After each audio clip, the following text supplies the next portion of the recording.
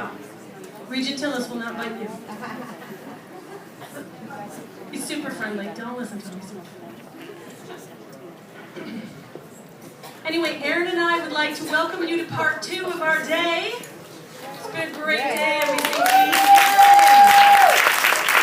Thank you so much. Thank you so much for coming. We're just going to do a brief welcome to everyone. We have some folks who have joined us just to celebrate you and your achievements and to pin our newest MBCTs this year. And we have a lovely guest speaker who's going to talk to us, Marla Kilfoyle, about raising your voice. All right, so without further ado, I'm going to introduce Mr. Matt Jacobs, who is the Regional Nassau County NYSUT Director.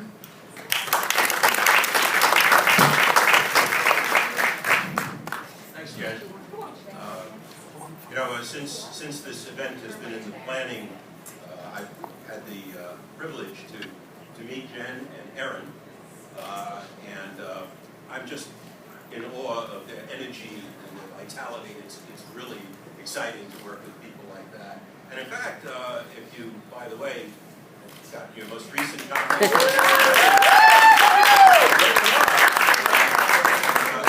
Very nice article, you should read it. I enjoyed it very much. So I'm just going to be doing some introductions, and I want to welcome you. And, you know, we have no shortage in this business of education reformers. Everywhere you look, there's another education reformer. In fact, it seems that just about anybody who has enough chutzpah and a fat enough wallet can proclaim himself an education reformer. I want to congratulate you and welcome you as true education reformers in the best sense of the word.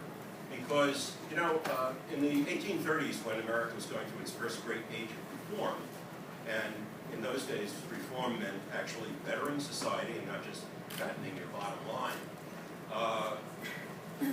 Ralph Waldo Emerson once said that reform begins with the individual, begins inside the individual. And individuals have to reform themselves before they can think about reforming society. And I thought of that as I was driving over here today, because that's really what you're doing. You've taken the initiative at great effort, very much time devoted to improve your practice in this profession, and that to me is the real essence of change and reform. So I hail you as real education reformers, people who will really make a difference. Now, I'm just going to do a couple quick introductions before we get started. Some of the folks that will be introduced to you along the line as they speak. But I do want to mention and recognize and thank the Assemblyman for this district, Ed Roth. Here he is. And he's, of course, you know, we're sitting right smack in the middle of his district. We really appreciate the being here, Ed. And if I do get a ticket outside, but also, I'd like to introduce to you a member of the NYSUT Board of Directors from ED17, Tommy Smith. There she is.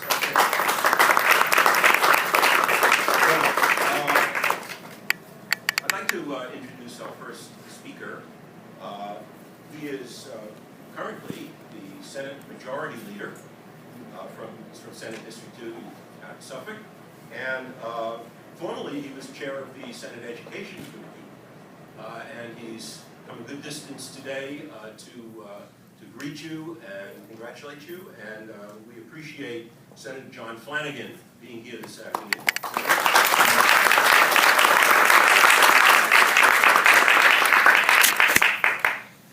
Thank you very much. Now that I know I can park anywhere, I'll probably go as well.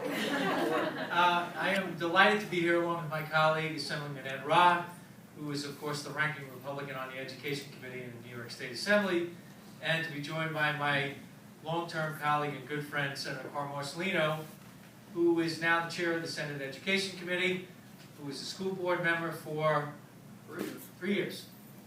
town clerk, but more importantly, he was a school teacher in the city of New York for 20, yeah, give him a round of applause. He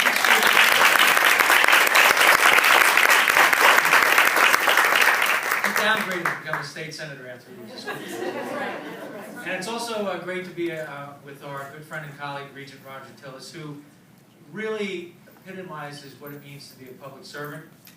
His dedication, the effort, time, and energy he puts in on behalf of all the people on Long Island, but across the state of New York as well, is laudable, exemplary, and worthy of note. So Roger, thank you for your work. So, first of all, congratulations to every one of you.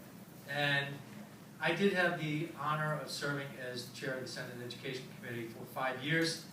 I was the ranking Republican on that committee for 2 years as well. And as all of you know, in the last 5 years, there's been a little bit going on in the field of education. I think, in large part, there are many, many, many good things going on. There are things that we can certainly improve upon, and when children in Oceanside, or Roosevelt, or Smithtown, or anywhere else are doing well, that's good for everyone in the state of New York. If children in Rochester, or Utica, or Buffalo, or rural areas of the state are having challenges, that affects Ed Ra, Carl Marcelino, and all of you by extension. So our obligation is to properly and fully fund public education in the state of New York.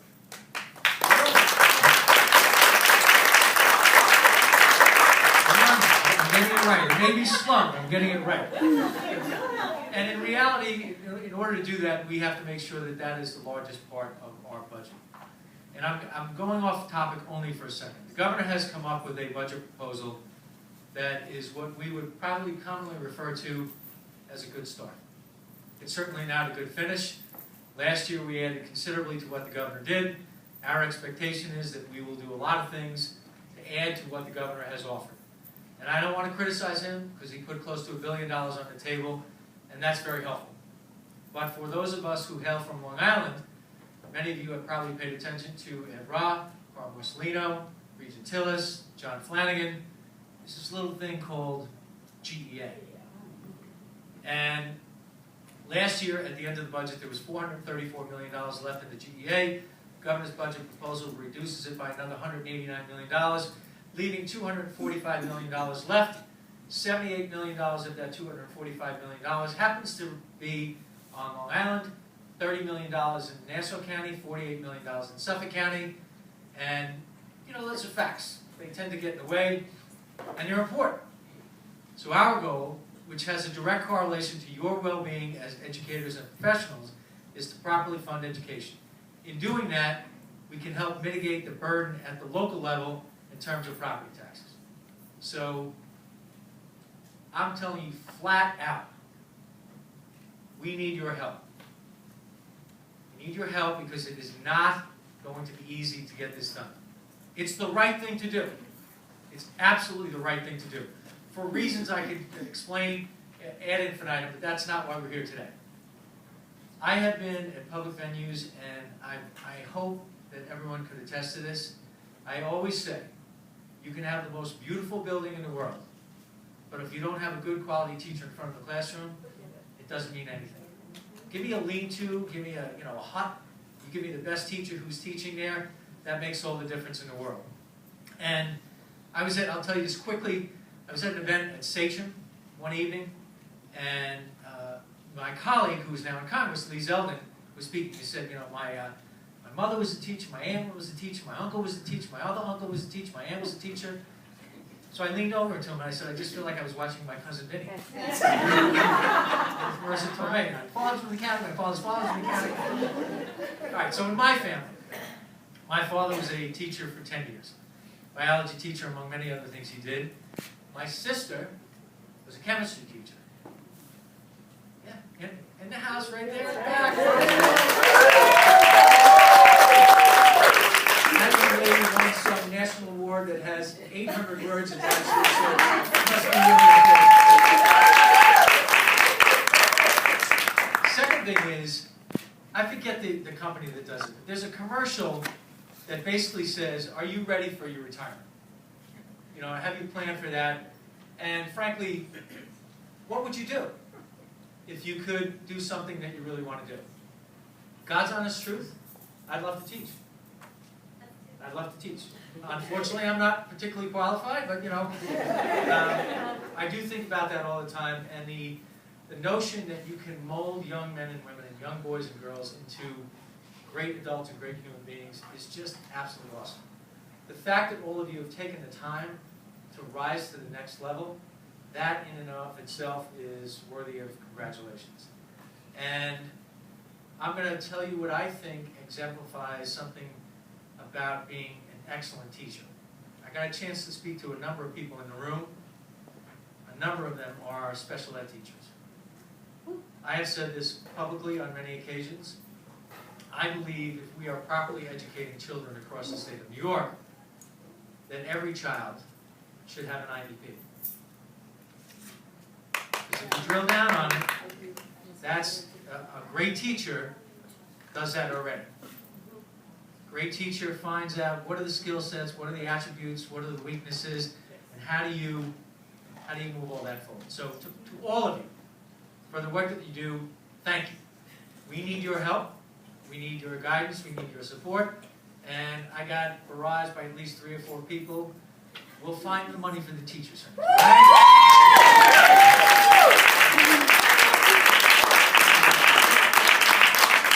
So here's how it works. Rob will fix the parking tickets, Marcelino will get the teacher center money, and I'll help get rid of the GEA. Is that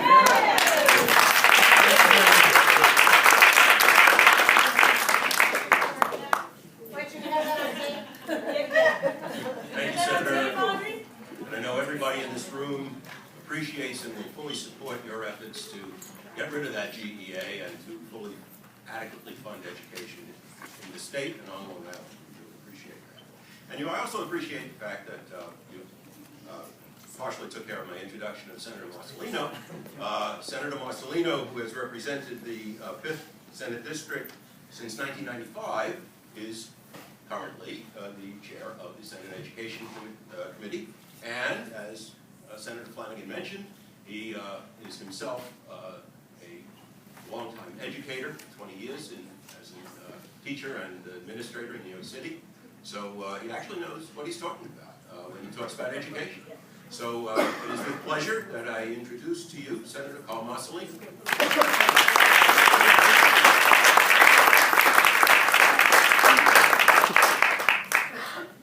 I'm going to ask you to put that in writing, because I got to go home to my wife, who is a professor here at Adelphi for 35 years. Probably teaching, okay, give her a round of applause. She's earned it. I met her from teaching. She was a social studies teacher. I was a biology teacher at Grover Cleveland High School in Ridgewood, Queens. That's where we met. And we have produced 2 children who have given us 2 grandchildren. One of each in the children, one of each in the grandchildren. And we're very pleased with that. We're very pleased with our kids. But Pat always comes home and she gives me a lecture and tells me everything that I haven't done right. And especially since I got the education committee, well, you've got to do this, and it's about time you woke up to that, it's about blah, blah, blah, blah. 46 years with the same woman. I have never won an argument in 46 years. And since Mrs. Marcelino didn't raise no dummy, I never tried. Because it's a foregone conclusion, I'm wrong. So when I wake up in the morning and I roll over and she's there and I say, I'm sorry. And she says, what for? I said, for anything that's going to happen between now and the end of the day. Because I know it will be my fault and we might as well admit to it going at this point in time. I started teaching when I got out of graduate school. I have a master's degree in marine microbiology. And you say, oh, what the heck does a marine microbiologist do? What is he doing in a classroom? Well, I also like children, and I also like to teach. And I also like to educate people in the sense of different programs and different ideas and different things going on. So teaching was a natural segue for me. I really wasn't going to go into marine microbiology because, as you can see, I don't like to starve. And in those days, there wasn't much to do if you were a marine microbiologist except starve, because unless you could eat the fish, you had to go catch them, and they weren't too easy to catch. You weren't going to eat a lot. And I figured, oh, this is not for me. So working in the Museum of Natural History, I worked in the labs. That's what we did on master's thesis, and did my research out of the museum. Great time, learned a lot, met a lot of very top-notch people, educators, professors, scientists who really knew what they were doing and were dedicated to their field. So when I got a job, I was appointed as a teacher. And I said, oh, look at this. I got a job. Excuse my cough, I'm getting over a cold. I said, I'm gonna be a teacher. This is great. So my first day, I walked into Grover Cleveland High School. Grover Cleveland High School was one of those schools built just after the war, and the blueprint was very much the same as the high school I went to as a kid. I went to Bayside High School. So it was exactly the same building. So when I walked in, I was looking for my friend Richie. I was always hiding in the corner and saying, come on over here, Marcy. Come on, we'll come down the stairs, we can get out of the doors. I left the door open, I put a cover on it. And so we used to cut out, go over to Minnie's, which was the deli in the corner. And we'd hang out there, because in the first 2 periods off. So we'd hang out outside until Minnie got wise to us and threw us out. But the name of the game was that school brought back a lot of memories. I recently visited it again with Carmen Farina, Chancellor of the Board of Education of the City of New York. If you think about it, Carmen Farina, Mary Ellen Ilya, and Nancy Zimfer, who got SUNY. 3 top women are running the biggest educational systems in the state of New York, if not the country. I don't think that's ever happened before, in this state or anyplace else. These are 3 bright, capable ladies who know their jobs, know their business, and have held every job in the system. They've been in a classroom, unlike my friend the governor, and like a lot of my friends who have never been in a classroom and do not understand what you do in a classroom to teach. A lot of people think teaching is easy. I mean, after all, you're working with children. Come on. They just sit there, it's easy. And they're going to do exactly what they're told, right? They don't give you a hard time. If you tell them there's a homework assignment, it gets handed in correctly. If you tell them how to work this kind of a formula, they get it right away. There's no big problem here. So if you've never been there, you don't understand the kind of work involved. It's the hardest job I've ever had in my life. And I've dug ditches for the Edison Company, and I worked on construction jobs when I was younger. And I've done a lot of things in my career. But that job, after my first day of teaching, I went home and collapsed. I slept for 24 hours. Seriously. Slept for 24 hours. And that was the first 4 hours of the next day of school, too. And nobody realized it, so it was fine. But it was the hardest job, it still is the hardest job I know of. Because if you're going to do it and do it right, you have a lot of work to do. You have to get to know every kid in that class, every kid who's in your class, and you got to know who's the reader, who has to read it first, who's the visualizer, who's the hearing. You got to listen to it. You got to hear it said, and then they can bring it back into their head. Who's going to take pages and pages of notes and then reread them to themselves afterwards before they can begin to fathom what's going on? You have to learn that. If I'm making widgets, it's easy. I push a button and the machine does the same thing over and over again 10 million times. I got 10 million widgets. They all look the same. It's not the same with kids. They don't all look the same. They're not the same. They don't think the same, and they don't want to think the same. And frankly, the fun is when they don't. Because if you really get into it, you're going to have a lot of fun teaching. It's a great job. It truly is. It's the most rewarding job I've ever had, including the one I have now. And I don't mean monetarily, because it wasn't very good. $5,200 a year, paid monthly. Okay? But I could save money. And I bought a Buick back in those days. So things were a little less expensive back then. Of course, I was living home. That helped. My parents paid for the rent. That was okay. But it was still, I was able to save some bucks. And my wife and I were able to find a nice apartment in Douglaston. And we were able to raise our family and started. My daughter Jean is now doing her thing with her daughter. And my son Carl is off in New Jersey, the traitorous dog. He left New York and I moved out to New Jersey. But he's doing well too. He's a lawyer. Again, the law. But he's doing very well. The key element too, in the teaching career is you get the chance to mold, and it sounds like a cliche, it really does. It sounds like a term people use all the time. You get the chance to mold minds. Kids are watching everything you do. They see everything you do. I've been in the class a month, and it was a hot day. I took my jacket off and hung it over the back of my desk. After class, a young lady came up to me and she says, "Hey, Mr. Marcelino." They used to call me Mr. M and a bunch of other names that I won't repeat.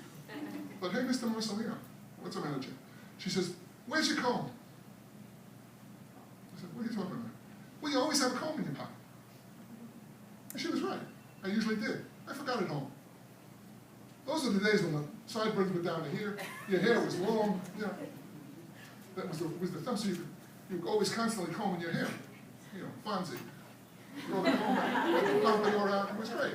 It was great. But then she spotted the fact that that little comb that I always had right here in the pocket wasn't there. That taught me a lesson too. They watch, they look, and they remember. So what you do in that classroom sinks in many ways. Ways you don't even know, that you don't even realize. But I congratulate you for sticking to this profession. It is a fantastic profession. It is one that is really rewarding emotionally and every other way that you can think of. Not so much dollar-wise, because you really don't earn the amount of money that you're worth. You really don't. And you probably never will. But as was said before, everybody's an expert in education. Everybody. I mean, everybody went to school, right? So therefore, they're experts. And they're more than happy to tell you what you're doing wrong. And what you should do to do it right. More often than not, they're full of whatever. And they don't know what they're talking about. But you do. Stick to your guns. Communicate. Be heard. In a positive way. Be heard. Talk to your school board members. Talk to your chair people. Get into administration. Don't be afraid of that. Don't be afraid of that. You can do it. Be a shaker in a movement. But again, in a positive way. There's no sense in throwing a bomb just to throw a bomb. But sometimes you have to do it. To make your point. And to be heard. So go to those board meetings. Be heard. And don't be afraid.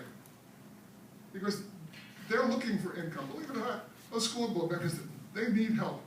And they need your input. And they're looking for it. And if they can find somebody in the schools and the teachers willing to talk and willing to give them the right information, they'll take it, they'll hear it. And in many cases, they'll listen to it. And in your own neighborhoods, get on the school board. I did. I was elected for 3 years on the school board. Worst politics I've ever been in. One of the nastiest elections I've ever been part of. But, I mean, everybody was a crook, a thief, a bum, you know. Got elected, served for 3 years. Hopefully made a difference. And then I moved on to the larger political sphere, because I was offered a position as town clerk in the town of Oyster Bay. And that led into the New York State Senate, where I've been ever since. Working with John Flanagan has been a pleasure. He's a bright young man, as you can see. I hate him. How can you like a tall, good-looking guy? Come on. He's articulate and speaks well. Come on, that's terrible. You had him up here. Now you're getting short, fat, and dumpy. This is the way it works. But John is a pleasure to work with because he's a listener. He's a listener more than a talker. And he'll listen to you. He may not always agree with you, but he'll listen to your ideas and your thoughts and take them under advisement. And that's what you can ask for. So I suggest, and I congratulate those of you who've taken this program and excelled in it, and that's all of you. Do it well, keep involved, stay involved in your community. Join organizations. You're a teacher. Join the Rotary, join the Kiwanis, join the Lions, join whatever group you can find in your community that does something you're interested in. Be visible in your community. People shouldn't think teachers are just, people in a building someplace and they're not really sure what you do. The more you're part of your community, the more you can get your ideas across to the people in your community. They will respect you. They will respect you because you have a sphere of knowledge. And if you speak well and you work with them carefully, they'll listen. I found this to be true. Not everybody listens. Hey, not everybody's going to pass every test you give. That's a given. So you work the best you can and try to bring them up as best you can to the excellent level. That's what we do as teachers. That's our focus. To take a child who's here and get them to here. That's the name of the game. And if we have to push and kick and prod, we'll push and kick and prod. And sometimes that means you got to push and kick and prod their parents, who have to be sometimes pushed and kicked and prodded, but they don't know. They're too busy. And I don't say this in a negative, in a pejorative sense, but in many cases they're just plain too busy working to put bread on the table. And their jobs have taken up a lot of their time and their energy. And when they get home, they're exhausted. So you've got to help them see what their children are doing and know what their children are doing. Again, in a positive way. It doesn't have to be a scream, it doesn't have to be a nasty thing, a nasty phone call, but in a positive way, they'll appreciate that. They will appreciate that. I meet children that I've taught everywhere in the world. I was in London, former student when I came up. I said, hey, Mr. M, how you doing? I'm great. I got elected to the town clerk's office. We were walking in a parade. Angelo Delegado was the supervisor of the town boys today, both of us newly elected. And one guy all of a sudden jumps out from the crowd, hey, Mr. Marcelino. I see this kid with 2 bottles of beer in each hand, the spaghetti undershirt on. He said, remember me? You threw me out of school. I forgot to tell you, I was also dean of boys in those days as well. So I had the pleasure of eliminating. I said, I should have thrown you further. But, you know, I get that. And I meet them everywhere I go. And that's a pleasure. You see how they've grown. I've got a couple down the street from me now. They just bought the house down the street. They showed up on my door at Halloween with their babies. And that's scary. Reminding me of how old I am. But it's also a pleasure. They've grown, they've turned into good, productive citizens, and they're doing the right thing for their families. It's positive. That's the kind of future you have. Be a part of it. Be a part of your community. Don't be shy. And work at it. Your job is to be corny. You're doing God's work. You truly are doing God's work. So in that case, I will end my dissertation. Wish you Godspeed.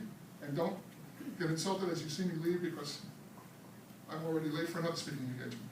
Take care.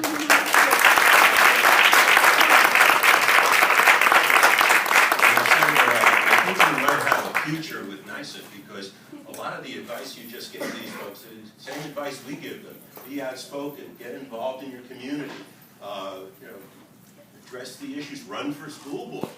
It's the same thing. So I learned that from Al Shanker when we were starting up the United Federation of Teachers way back in the 60s. And Al was a good teacher.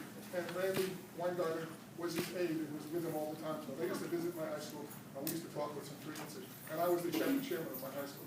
So all right. Unions are a thing, and I don't cause pickles either.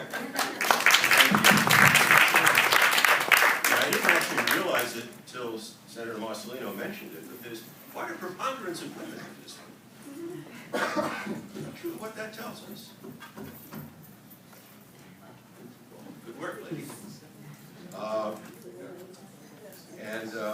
I also neglected in my opening remarks to just express our appreciation to Delphi University for allowing us to host this event here, and that's really a great thing. So thank you very, very much.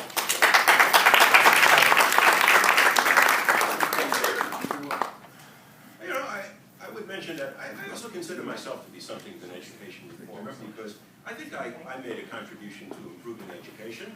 I retired in 2003, and I think that was the best damn thing I could have done to public education. All right. It is now my pleasure to introduce our next speaker. She is a nationally recognized expert on the teaching profession. She began her career as a bilingual early education special educator in New York City. Became a vice president in the U of T, director of the U of T's Teachers Center, and was in 2014 elected vice president of NYSUT. She is our main spokesperson for the Board of Regents, Commission of Education, and State Ed. And she does it's a big job, and she does it very, very well. So it's my pleasure to introduce to you NYSUT's Vice President, Catalina Portino.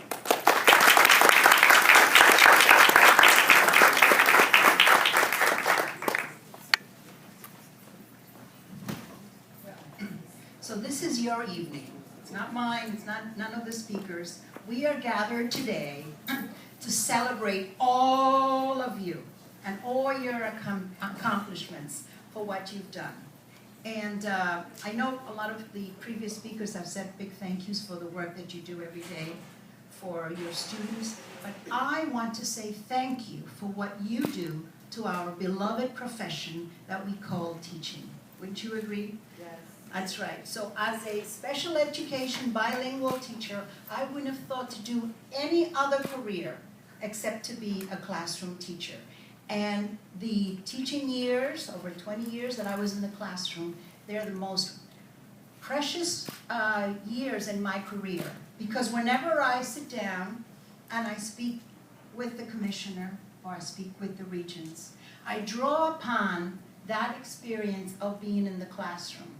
And that, going back to the roots of being in the classroom, gives me a sense of value and beliefs, and I think it carries your voice and the work that you do every day.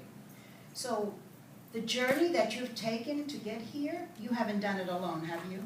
No. Did anybody do it alone? What kind of help did you get? Pull it out. Who did you get help from? Mentoring, right? You were, what else? Collaborating with colleagues, what else? Did anybody work with teacher centers? Yes. Oh, okay. So I'd like to recognize all the teacher center directors. Would you please stand up? Thank you. Thank you. And that's why we want to get to Flanagan. And I want to thank the Assembly for always funding teacher centers. Yeah. For all these years. Thank you very, very much. And the other two sources of funding weren't there. The Assembly was there for us, and thank you, because you see the important work that teacher centers do with all the teachers. But I also want to acknowledge two special folks. Would you help me to thank these two ladies who hosted this event? Because it was a phone call that they made, to Matt, to Peter, and they said, you know what, this is time for us to all of us get together and to come out to Long Island, and have this event. So thank you very, very much. Thank you. I want to give most of my time over to Marla because she's our keynote speaker. But before we do that, it gives me great honor to introduce Regent Tillis. He has been a staunch advocate for Teacher Leader, National Board, for Teacher of the Year, and for other initiatives that the State Education Department has done around teacher leaders. But I want to also raise the voice that he brings to the Board of Regents around special education. Oh, is that right? Thank you. Around the needs of special education, about the arts. There is no one else in our Board of Regents who speaks stronger about the arts and the assessments that go with the arts. So the arts have been a forgotten piece of our curriculum for so many years, and I want to thank you for being that leader on that board. Thank you very, very much. So let me ask, come on up and give some congratulatory words, and thank you very much. Thank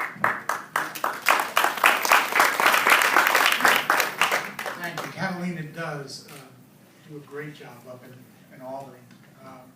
We're never at a loss for knowing where NYSUT stands. That's for sure. That's my job, serving our members. I also want to thank Aaron and Jen. This is not my first conference here, and they really do a terrific job. And Jane Ashdown, Delphi, great host. And I can say that having been chair of LIU, but I'll say it anyhow. It's always a pleasure for me. Somebody asked me recently, why am I on the State Board of Education?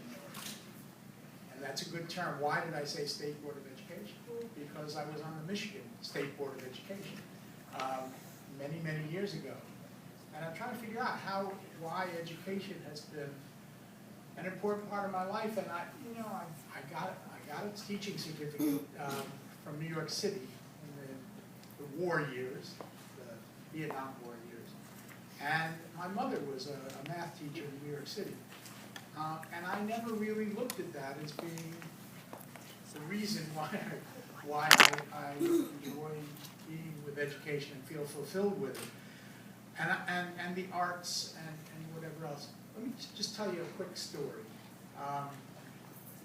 In 3rd grade, I had a music teacher, Dr. Pinter, Alvin Pinter, at Saddle Rock School in Great Neck. And I am very proud of the fact that I am the only region in 10 years that has had kids in the public schools. That's right.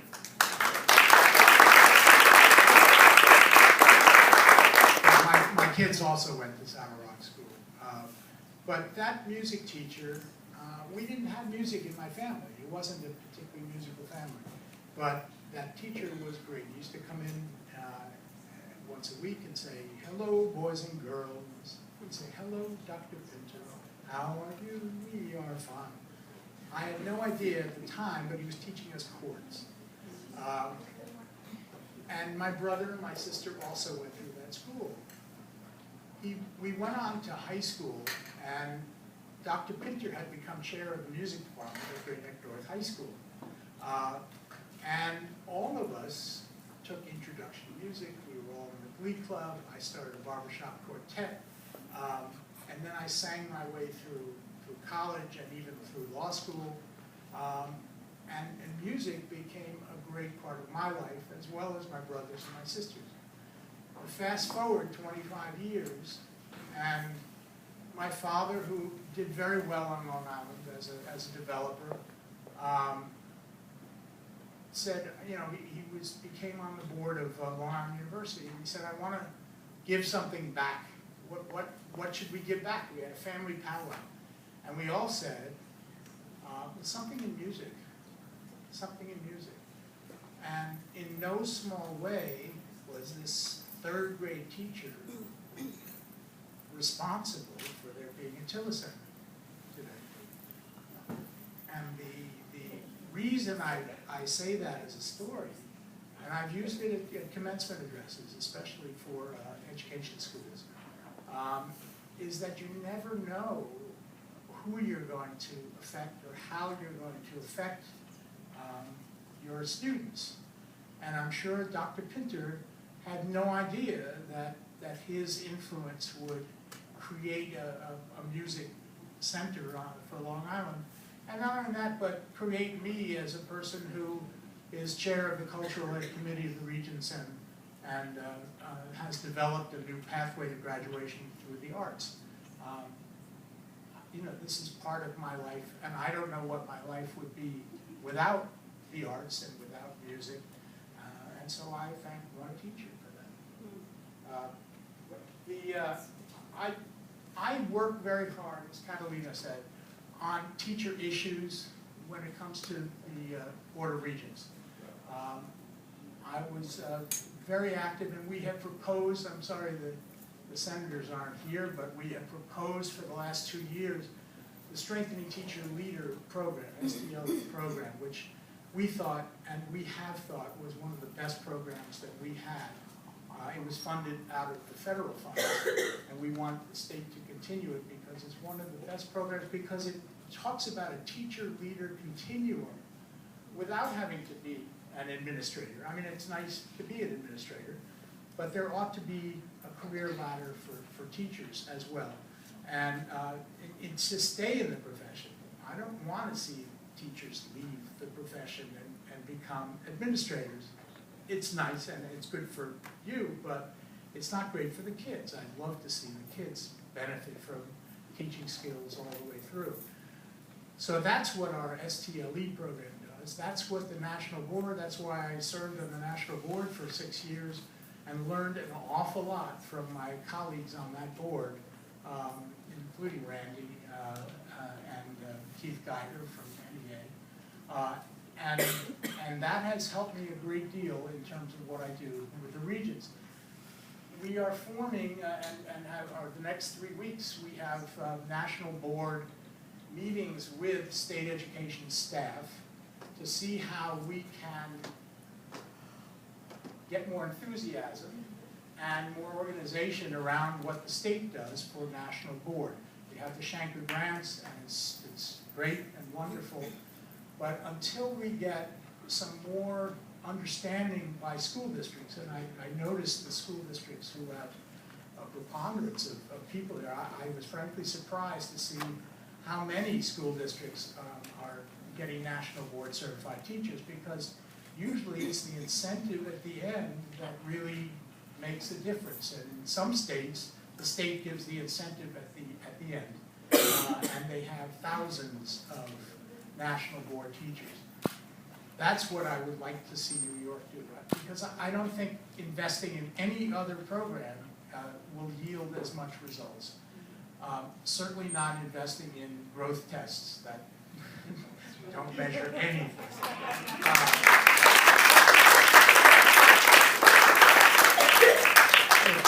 Not admitting a mistake is a worse mistake. And the regents and the state ed board and the legislature have certainly made mistakes when it comes to linking together and pushing out that teacher evaluation and assessment program.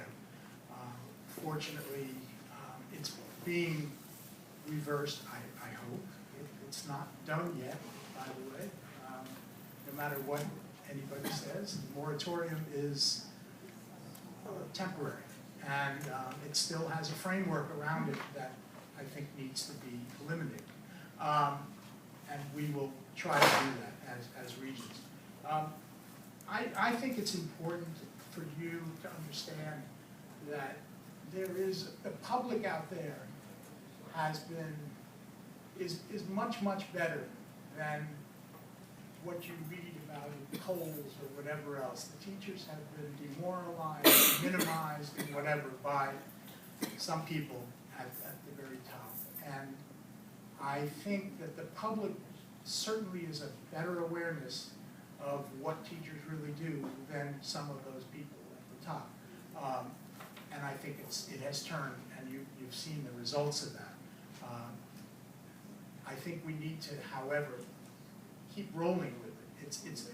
I think the wind is at our backs, and if we keep pushing in the right direction, we're going to be there. Don't get intimidated by people in your local areas. I've been out and visited over 90 of our districts out of 126 districts on Long Island, and I've seen varied responses to what's going on in those districts. Some districts are plowing ahead, and some districts are really hesitating and being afraid to move ahead. Don't be afraid. You're national board, you're the leaders, and you're the ones that have to lead the charge on collaboration, on making the curriculum your own at the local level, and not use a state modules.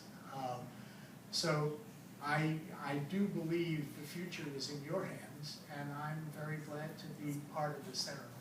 Thanks.